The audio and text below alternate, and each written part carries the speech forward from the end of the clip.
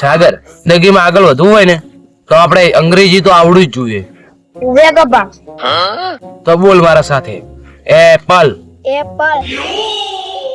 Apple બોલતે તો આવડે છે. એપલ નો મતલબ શું? એપલ નો મતલબ છે કે સફરજન. સારું. આપણે હવે તું બોલ. I am going. I am going. Going. Going. હા, very good. I am going. હે? એટલે આ શું બોલે તો? ગોઈંગ ને ગોઈંગ. એટલે ગોઈંગ. એટલે ઉભો થઈને જેમ ફરે ને પણ. ગોવિંદ એટલે ગોલ ગોલ ફરવાનું.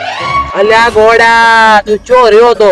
અલ્યા ગોઈંગ મતલબ કે હું ચોક જાઉં છું. આ ફરવાનું નથી. બેસ બે ચો રહેશો તમે. તું હે ગુજરાતી ને હું અંગ્રેજી. એટલે મતલબ કે આઈ એમ અંગ્રેજી.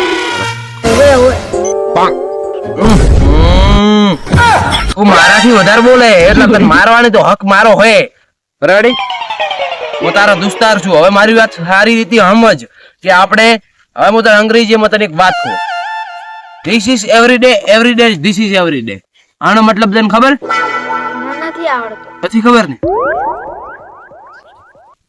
ગરમ હાથ કરવાની મજા આવે. ઇસ એન ભેસડો. અલ્યા ભેસોડો ચોથી આવી ગયો અને મારા ભાઈ વન ને એન ને વન ખબર પડી? તો હવે તું તો આવી જ જો.